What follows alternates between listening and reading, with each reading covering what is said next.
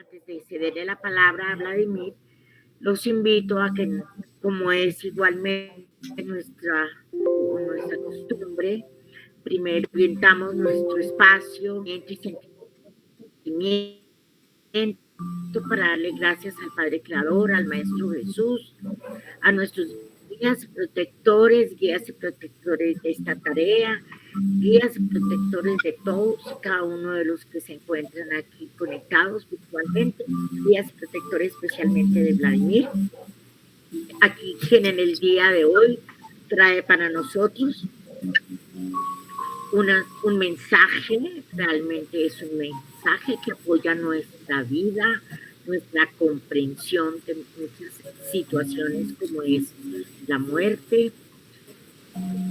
Les pedimos igualmente al mundo espiritual, lo guíen, lo orienten, pongan en su mente, en su boca, palabras y seamos nosotros receptivos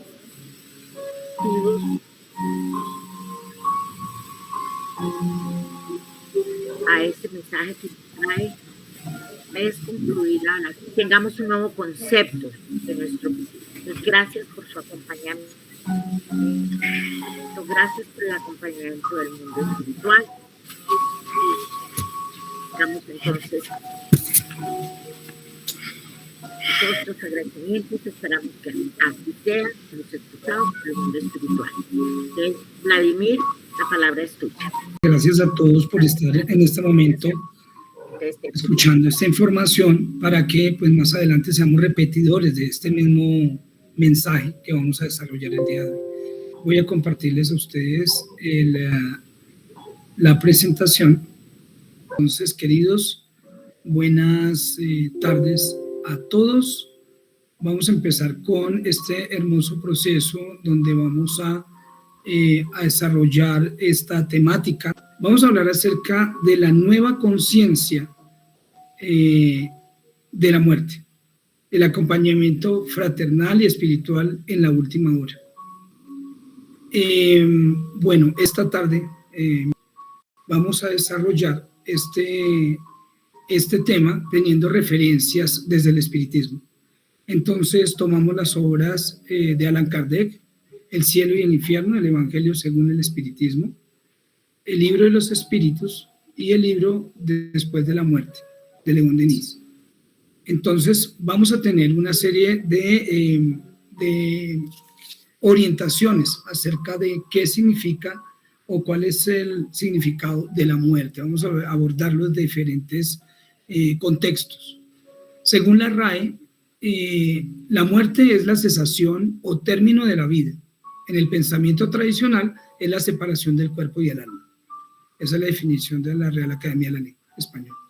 Según la Organización Mundial de la Salud, es la desaparición permanente de toda evidencia de vida en cualquier momento después de acaecido el nacimiento.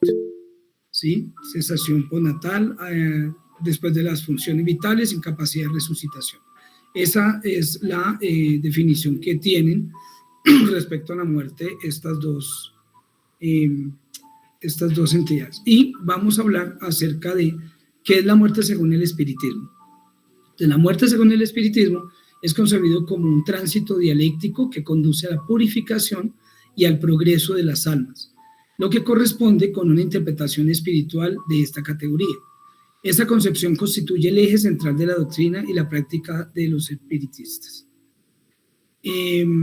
Entonces, ya teniendo esta definición de qué es la muerte, vamos en este momento a revisar en la antigüedad qué diferentes abordajes se hicieron acerca de la relación de la muerte y la espiritualidad. Entonces, en la antigüedad hay muchas culturas, pero hay dos que fueron mucho más concisas con este tipo, digamos, de procesos y de registros, en donde describen la importancia de prepararse para este momento de la muerte. En Egipto tenemos el libro de los muertos, fue una serie de escritos y grabados y además procedimientos en donde se hacía un reconocimiento del estado de conciencia del ser humano cuando hacía este tránsito de la vida a este plano. Los egipcios en esta época antigua, eran politeístas. Por tanto, tenían un dios o una deidad específica que está orientada a hacer el juicio de estas almas, dependiendo del tránsito que habían tenido, si habían sido buenas, si habían hecho buenas obras, si habían cumplido con sus deberes. Y todo esto quedó prácticamente desarrollado en un escrito llamado Libro de los Muertos. Estos escritos, las clases altas tenían acceso a estos libros y prácticamente cada hogar de una persona de clase alta tenía un libro de estos en su casa y era leído para educar y formar a sus familiares, a sus hijos, para este momento, que era el momento de la transición, de la muerte.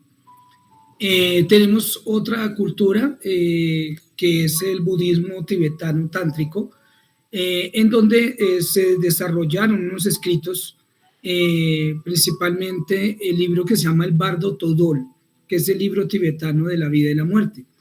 En este libro se hace una serie de descripciones acerca de la preparación para ese momento, que es la transición y la transferencia de conciencia, que es muy similar pues a ese tránsito en donde pasamos de un estado material a un estado espiritual.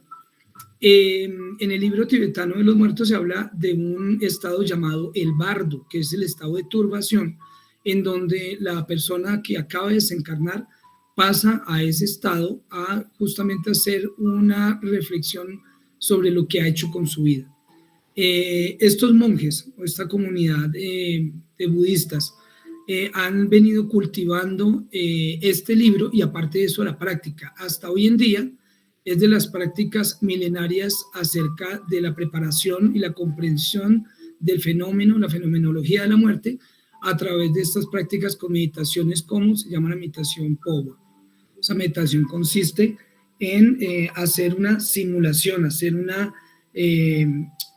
ponerse en el lugar del momento de la muerte y hacer todo el proceso de desarrollar perdón, soltar, liberarse para poder estar preparados cuando llegue el momento de desencarnar. La muerte es concebida en Oriente como un paso más. Es un proceso que se viene desarrollando desde una educación que se da desde muy temprana. La muerte es una certeza en Oriente, en culturas del Oriente, y es un paso más en la vida, ¿sí? En Occidente tenemos la muerte como un tema tabú, con un pensamiento mágico, con un pensamiento que se oculta, con un pensamiento en el cual nosotros nos resistimos a aceptar que vamos a tener ese tipo de proceso, vamos a llegar a ese aprendizaje. Somos, digamos, una cultura reaccionaria, en donde nosotros lo que no nos gusta o lo que le tenemos miedo lo rechazamos.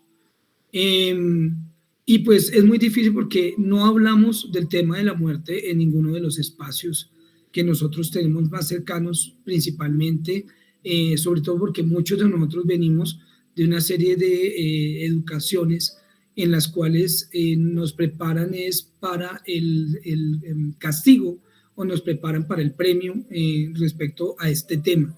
Entonces muchos de nosotros vamos a encontrar algo de resistencia con esta situación o con este cambio de conciencia.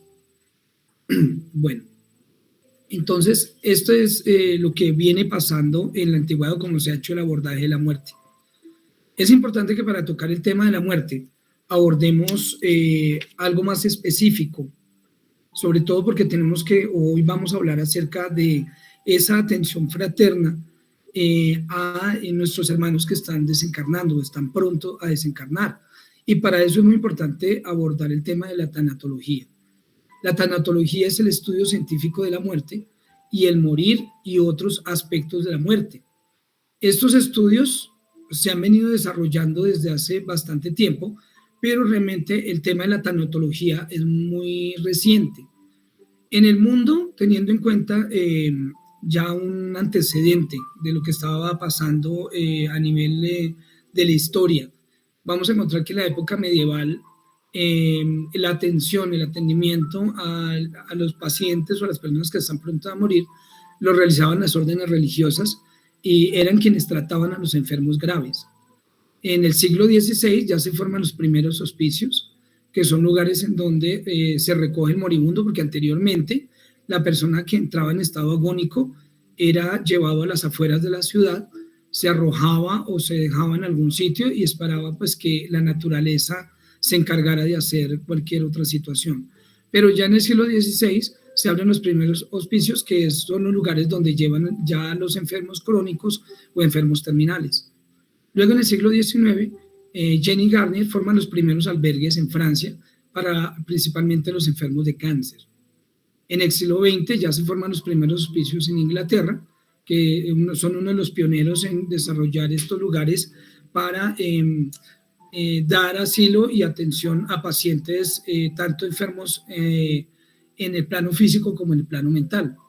En 1901 el término tanatología es acuñado y se convierte pues en la ciencia que estudia la muerte, y fue acuñado por el médico ruso Elias Mechnikov. En 1908 la tanología fue considerada como una rama de la medicina forense que hacía un tratado de la muerte y todo lo relacionado a los cadáveres desde el punto de vista médico-legal. Entonces, ahí se le da esa importancia al estudio de esta ciencia. En 1930, la muerte se traslada de la casa al hospital gracias a los avances de la medicina. Ya en 1930 le da la posibilidad de humanizar un poco y hacer acompañamiento un poco al tema de la muerte. Acompañar a estas personas, pues ya no dejándolas en un hospicio, sino que su familia pueda hacer un acompañamiento antes de partir. Tenemos en 1944 a Erich Lindemann, que describió la sintomatología física y mental del duelo. ¿Sí? Ya no solamente venimos a hablar o a tocar el tema de qué pasa con el cuerpo, sino también del estado mental y emocional de la persona que está falleciendo, está pronta a fallecer o a desencarnar, al igual que de su familia. En 1950 se esconde y se minimiza el proceso de morir. Vuelven otra vez los auspicios y empiezan prácticamente a llevar a estos pacientes a lugares donde no son visualizados, evidenciados, observados por la sociedad. La familia se empieza a desprender un poco de este proceso cuando un familiar o un cercano entra en una fase del morir. En 1967, Cicely Saunders abre el primer hospicio en Inglaterra enfocado a enfermos o a pacientes en fase terminal. En 1969, Elizabeth Kubler-Ross, hay que ponerle bastante atención a este nombre porque va a tener el abordaje a partir de los aportes que ella hizo, estudia pacientes terminales. Esto lo vamos a ampliar más adelante. Y en 1974 se abre el primer auspicio en Estados Unidos.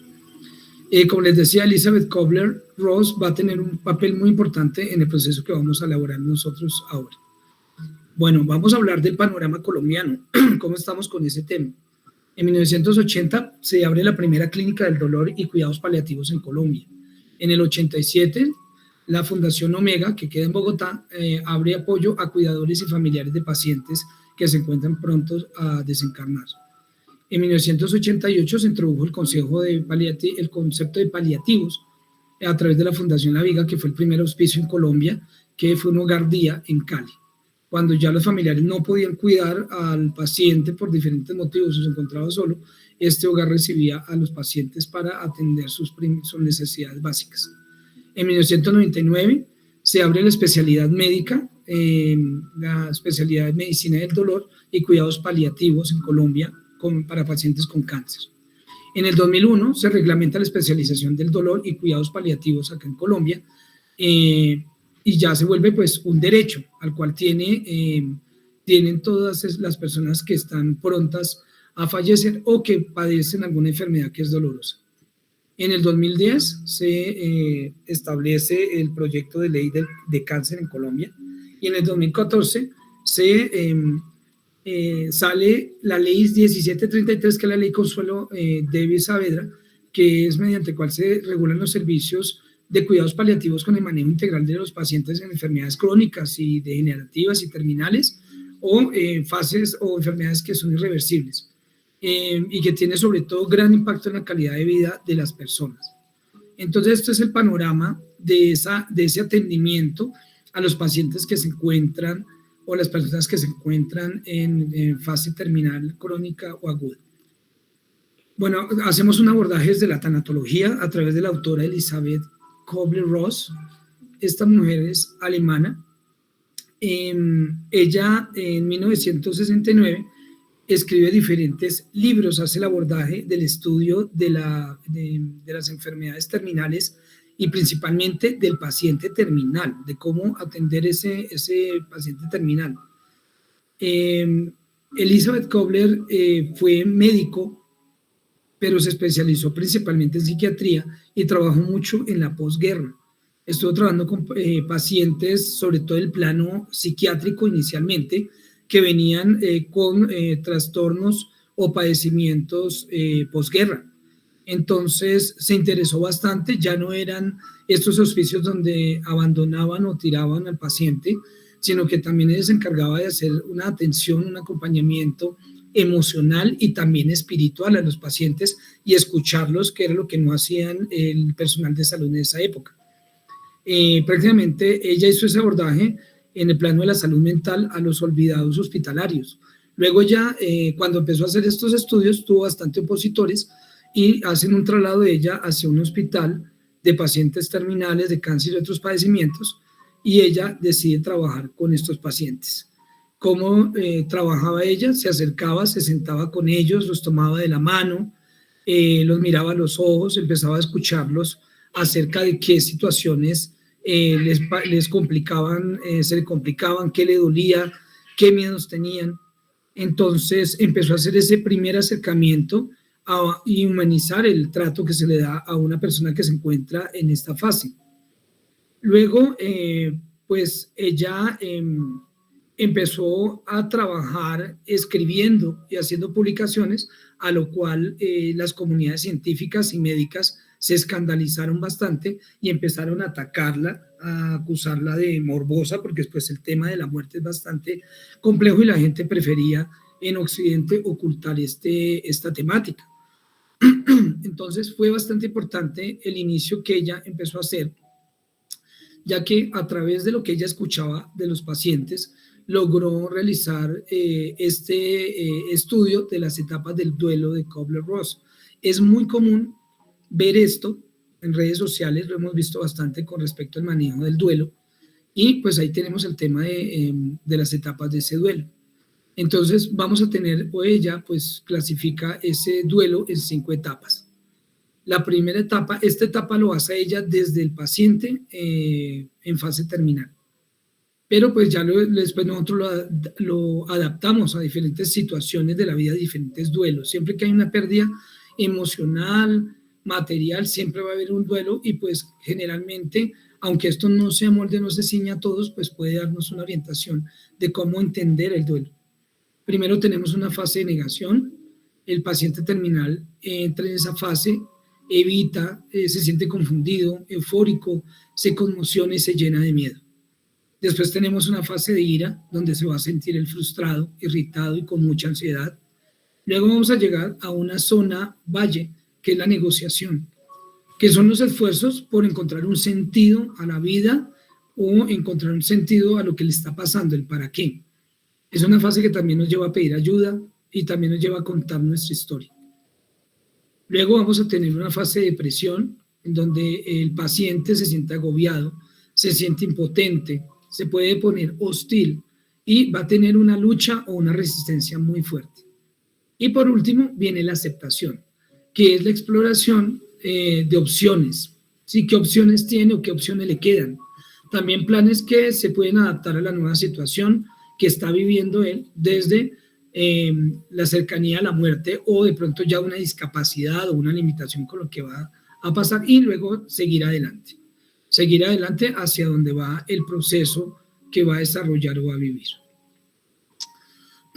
Kubler-Ross respondió a las necesidades que tienen los pacientes terminales y que pues en algún momento el área de la medicina no se encargó de cubrirlos, que principalmente tuvo que ver con los paliativos espirituales, emocionales y mentales. Esos paliativos espirituales se basaban era más en lo que esperaba el paciente o pensaba el paciente que iba a pasar después de desencarnar. Y muchos pues empezaron a coincidir respecto a la forma como hacían ese abordaje de la muerte. Desde la tanatología y los cuidados paliativos, cuando nosotros hacemos un acercamiento, un apoyo, un atendimiento fraterno hacia una persona que está pronta a desencarnar o que se encuentra en un sufrimiento en algún área de su salud o de su vida, esto le va a ayudar a manejar el dolor. Hablar de lo que le pasa a la persona le va a ayudar a manejar el dolor. A nivel legal, le va a ayudar también a a dejar arreglados los asuntos, ordenar todo antes de partir. Legalmente es importante que pues nosotros como cuidadores, familiares, parejas o pues digamos los diferentes roles que tenemos cercanos a una persona que se encuentra en una fase de estas, pues escucharla, qué opina de la donación de órganos, si quiere pasar por una situación de estas y donar algo de su cuerpo y firmar, dejar algún permiso, si da permiso de ser resucitado en el caso de que tenga algún proceso de muerte y que pues no quiera ser resucitado, a través, digamos, de las diferentes técnicas que hay para tener una persona en coma. También hablar de la disposición de sus restos o qué quiere que pase con sus bienes o qué quiere que ocurra con su familia o este tipo de situaciones que lo pueden preocupar. Todo esto se hace para ordenar todo antes de partir. Poder partir sin culpas y poder partir sin remordimientos. A veces ese estado de agonía en la cual la persona padece bastante se debe a que la persona siente que tiene cosas todavía por hacer y que hay asuntos pendientes. También hay que tener en cuenta que pues nosotros en este momento que estamos haciendo este proceso de tener conciencia acerca de la muerte, una nueva conciencia, no percibirla desde un punto de vista solamente desde el fatalismo, sino también abordarlo desde la esperanza y desde la humanización de esta fase y el reconocimiento, pues es importante que reconozcamos los beneficios de hablar sobre la muerte, de los beneficios de hablar con el paciente que vamos a atender y también sobre hablar de esto con nuestra familia, con nuestros padres, abuelos o personas que se encuentren en algún momento en una fase difícil de su vida. Desde la psicología positiva, estos son los beneficios que se plantean. El desarrollo de una conciencia de la muerte, o sea, no desde el fatalismo, sino abordarlo como un hecho orgánico y natural en la vida. Reconocer que somos finitos como cuerpos. Desde la doctrina ya tenemos nosotros certezas de que pues después de este cuerpo pues tenemos otros estados a los cuales vamos a llegar y que no vamos a estar, o que ahí no llega el fin y que ahí quedamos, sino que hay algo más. Prevenir el sufrimiento del moribundo y de la familia. También esto es otro de los beneficios que hay acerca de hablar sobre la muerte. Que ahí no llega el fin. Reconocer esas dos situaciones de la muerte repentina y terminal.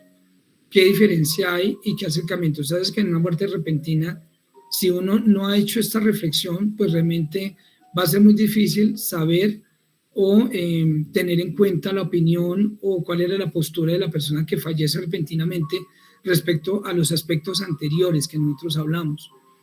Que si lo hubiera hecho en algún momento, hubiera hablado de una manera amplia y sin miedo, pues la familia ya le quitaríamos a nuestra familia esa carga de pues estar pensando qué hubiéramos querido hacer o disponer con nuestros bienes o con nuestros restos.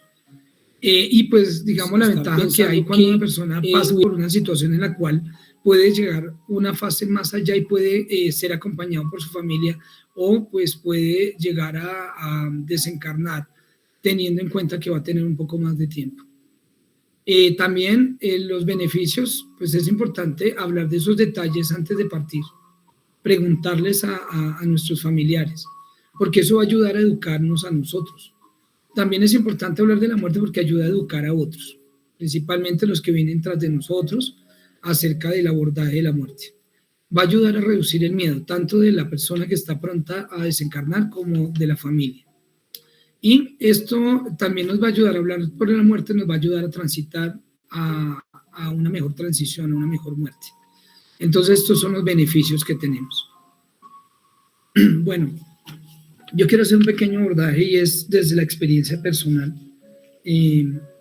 Decidí apostar a abrir esta fundación en la cual hago el acompañamiento a algunos pacientes en estas fases, después de una experiencia que tuve cuando estuve en la clínica Juan N. Corpas.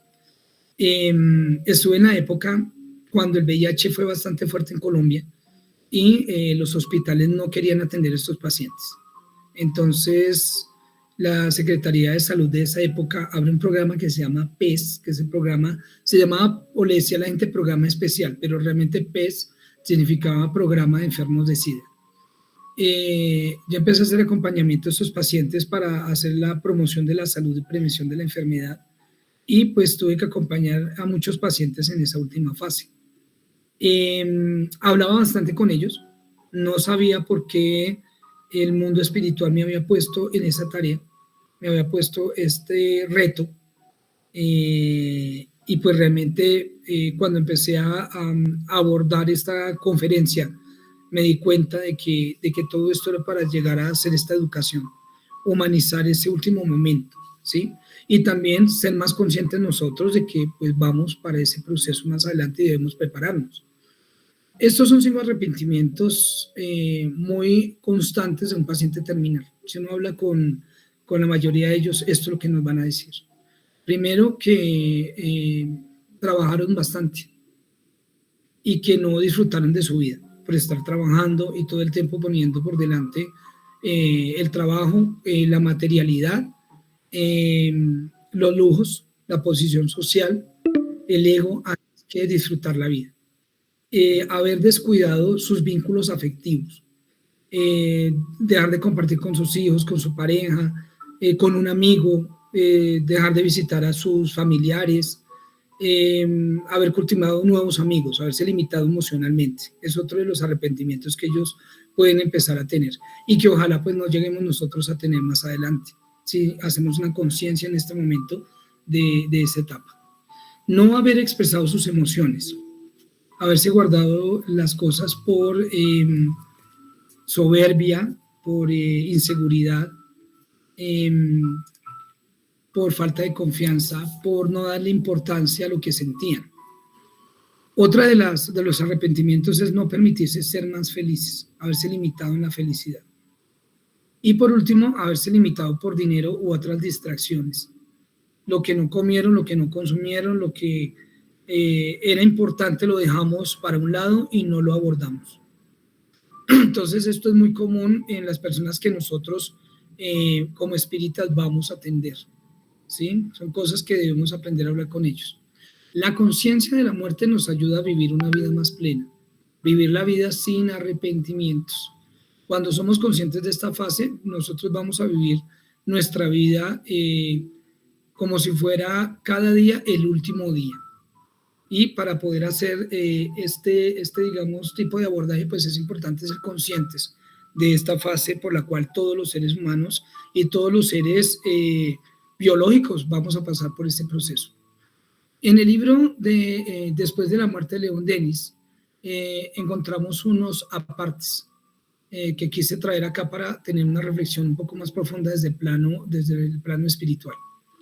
La muerte es la gran reveladora. En las horas de prueba, cuando todo se oscurece en torno nuestro, nos hemos preguntado a veces por qué he nacido, por qué no he permanecido en la noche profunda, allí donde no se siente, donde no se padece, donde se duerme con eterno sueño.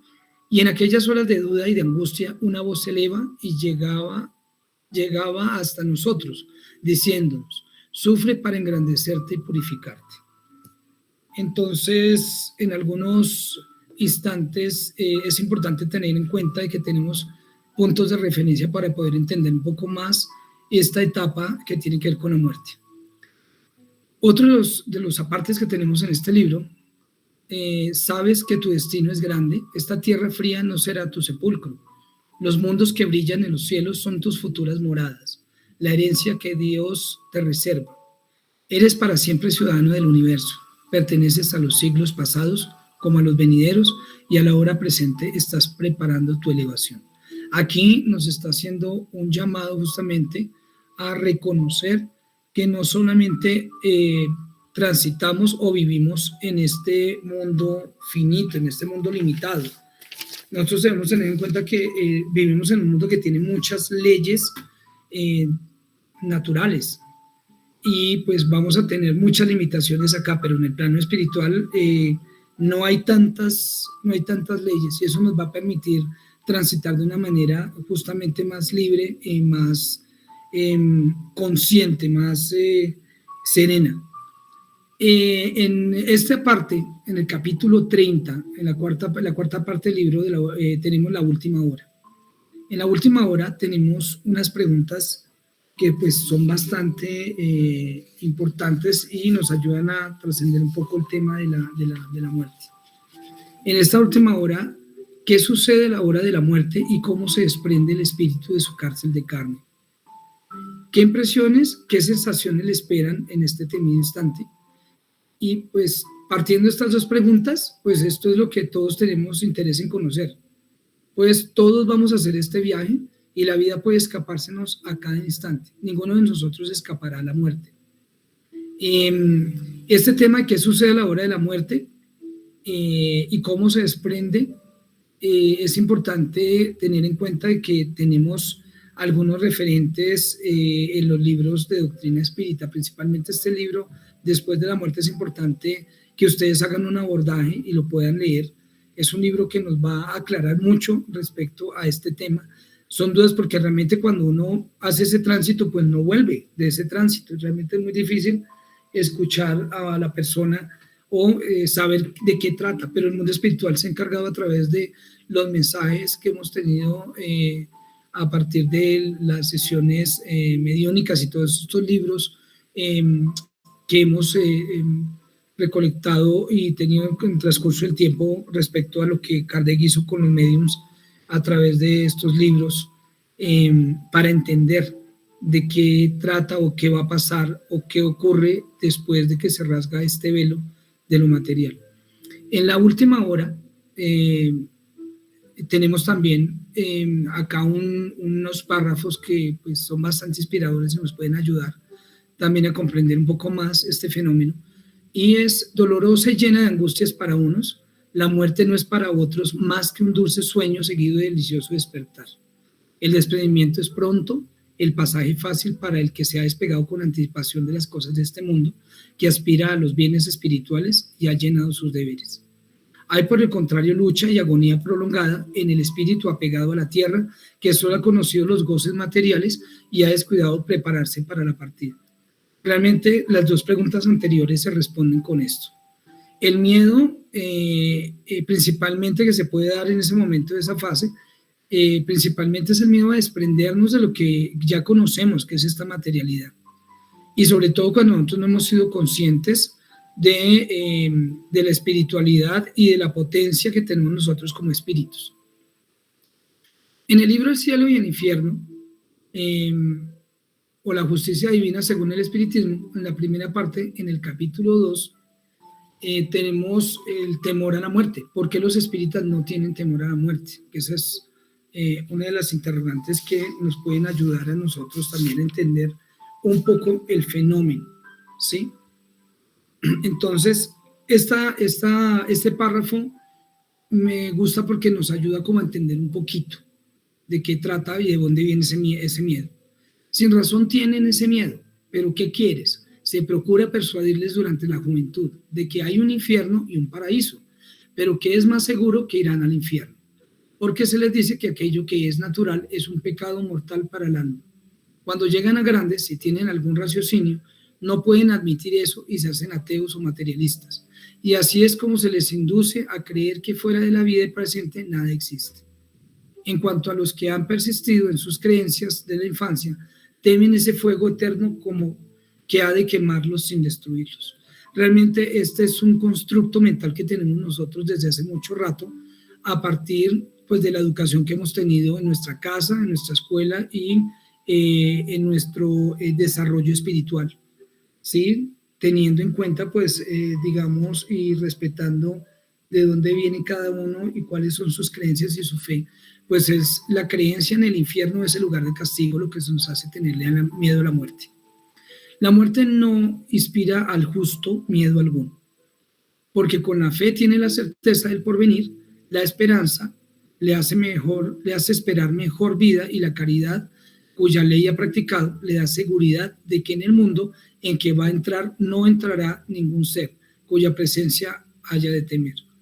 O sea, esto es una certeza. Realmente cuando nosotros hemos trabajado desde el servicio, desde el amor y de servir al otro, y también desde mejorar nosotros, hacer una mejora íntima en nosotros, vamos a tener certeza de que hay algo más allá que el castigo. Los hay que dirán eso y aún más, pero sucede con estos, lo que son ciertos enfermos, a quienes nos medican. En el libro de los espíritus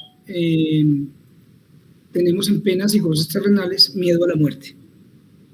La pregunta 941 nos dice: el miedo a la muerte es para muchas personas causa de perplejidad.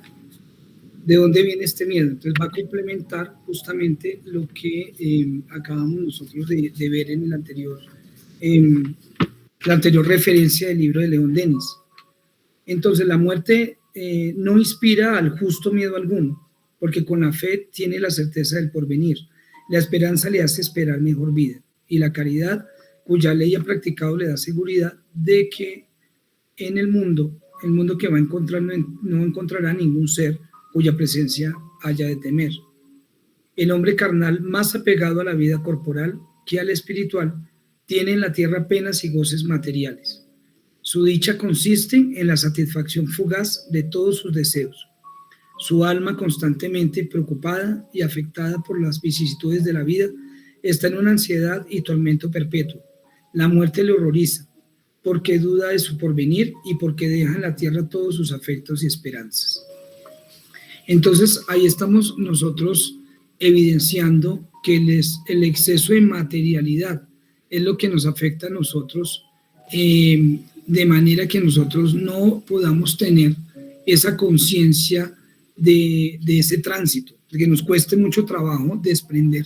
Al igual cuando hacemos ese atendimiento, ese acompañamiento a la persona que está pronta a fallecer, de pronto podemos ver en esa persona una serie de sentimientos o situaciones que le pueden bloquear el libre tránsito o la aceptación de esa nueva faceta o ese nuevo estado en el cual se va a encontrar. Entonces es importante hacer este tipo de reconocimiento, que a veces la materialidad, el exceso de materialidad nos puede afectar. Ahora vamos a hablar del tránsito, que es esa fase cuando ya empezamos a hacer ya el desprendimiento. No se excluyen por la confianza en la vida futura los temores del tránsito de esta vida a la otra. Muchos no temen la muerte por el hecho de morirse, lo que temen es el momento de la transición. Esta transición se habla de una transferencia de conciencia. Pasamos de una conciencia del mundo material a una del mundo espiritual. Y ahí es donde viene un interrogante bastante importante con las personas que están prontas a este proceso. ¿Se sufre o no se sufre en el tránsito? ¿Qué pasa después de que una persona desencarna? ¿Hay sufrimiento o qué es lo que va a pasar con esa persona después? El periespíritu es la envoltura fluídica del alma, de la cual no se separa ni antes ni después de la muerte, con la que no forma, por expresarlo así, más que uno, porque no puede concebirse el uno sin el otro. Durante la vida, el fluido periespiritual penetra en el cuerpo en todas sus partes y sirve de vehículo a las sensaciones físicas del alma. Por este intermediario obra también el alma sobre el cuerpo y dirige sus movimientos. Entonces, es importante tener en cuenta pues que para hacer un atendimiento fraterno, más humano, más cercano, y que de verdad tenga el efecto que se está esperando, es importante reconocer que nosotros somos finitos, que nosotros también tenemos que prepararnos para ese momento, pero no desde el fatalismo, sino desde el amor, desde la esperanza de que hay algo más en ese plano y en esa espiritualidad que nos acompaña a nosotros. Ya tenemos a través de las obras de Kardec una certeza a través de los mensajes que han sido recibidos por los medios, a través de los espíritus de luz que han pasado por este proceso y a los cuales se les ha hecho esta serie de preguntas a las cuales ellos han respondido respecto a cuáles son las sensaciones, los temores y dificultades que se dan durante ese tránsito. Para mí fue muy importante tener en cuenta que en el atendimiento a las personas que están en esta fase de transferencia de conciencia, cuando están haciendo esta transición, a veces una de las dificultades que se nos presenta a nosotros es qué hacemos en ese momento, en esa hora, en esa última hora, con el paciente. Y pues casi siempre lo que nosotros tenemos tendencia es a orar. En cualquier cultura, sea cual sea nuestra filosofía de vida, nuestras creencias, siempre vamos a tender a orar. Y algunos de nosotros, pues sí, se les dificulta de pronto hacer este tipo, digamos, de procesos de construir una oración. En el Evangelio según el Espiritismo, en la parte donde están las oraciones, tenemos una oración muy bonita para la persona que está en esa fase de agonía y que tiene dificultades para desprenderse. Pero también es tener en cuenta que en este espacio también se habla acerca de eso, de la agonía, ¿sí? De ese estado cuando la persona se dispone a hacer ese desprendimiento. Nos dice que la agonía es el preludio de la separación del alma y del cuerpo, y se puede decir que en este momento el hombre solo tiene un pie en este mundo y otro fuera de él. Se encuentra, eso es lo que podemos describir nosotros como una transición. Este tránsito es algunas veces penoso para los que están muy ligados a la materia y han vivido más para los bienes de este mundo que para los del otro, o cuya conciencia está agitada por los pesares y remordimientos. En aquellos, por el contrario, cuyos pensamientos se han elevado hacia el infinito y se han desprendido de la materia, los lazos se desatan con más facilidad y los últimos momentos nada tienen de doloroso. El alma está entonces unida al cuerpo por un hilo, mientras que en la otra posición está unida a él por profundas raíces. De todos modos, la oración ejerce una acción poderosa en el trabajo de la separación. Ahí vamos a ver en oraciones para los enfermos, en el cielo y el infierno, segunda parte, capítulo 1, el tránsito. Ahí también tenemos otra referencia en donde podemos ver nosotros este tema del atendimiento al paciente que está en esta última hora en su transición. Entonces vemos cómo cuando nosotros nos desprendemos de lo material y empezamos a hacer más conciencia de nosotros y cultivarnos más como personas, vamos a tener una conciencia del desapego principalmente, pero sí unimos nuestro camino a la materialidad y no solamente al mundo material, sino también a ciertos compromisos que nosotros pues a veces cargamos de más, culpas, cargas, sentimientos de remordimiento y otras situaciones principalmente pues que hace que nosotros nos sintamos indispensables, ¿no? De qué va a pasar con mi familiar, qué va a pasar con un negocio, una casa o algo si yo no llego a estar. Entonces esa sensación es esa sensación de sentir que soy indispensable, lo que también puede hacer que no pueda desprender o no pueda reconocer que ya tengo, ya ha pasado mi cuerpo, ya mi vida ha pasado, mi vida terrenal, ya no requiere más abordaje, más tránsito y requiere empezar a pasar a otra conciencia para recibir nuevos aprendizajes. Los invito a que hagamos o pasemos por esta oración, que es importante tenerla en cuenta y nos puede inspirar a nosotros para el atendimiento a una persona que se encuentre en este momento, en esta etapa.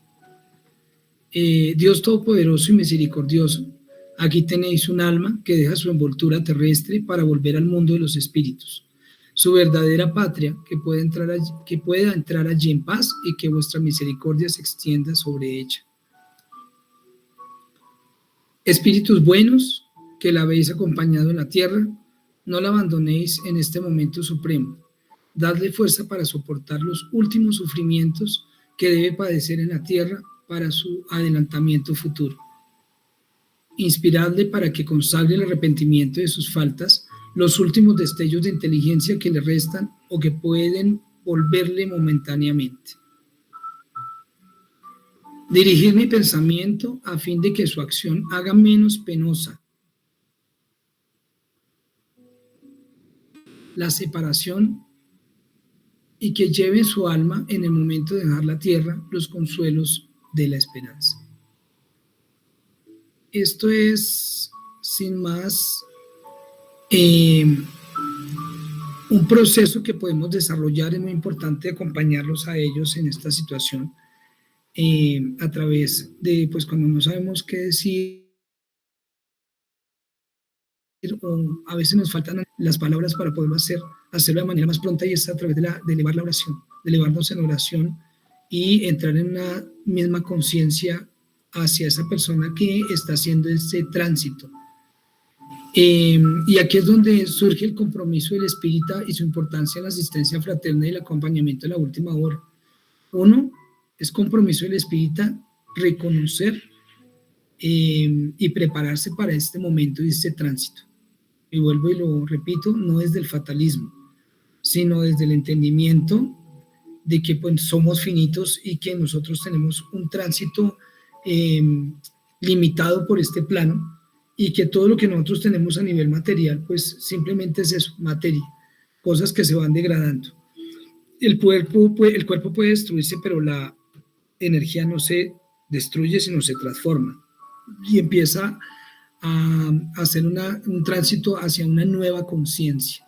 Esa nueva conciencia a la cual tenemos todos que entrar, abrirnos de mente, abrirnos de corazón y de espíritu a esos tránsitos que nosotros debemos desarrollar.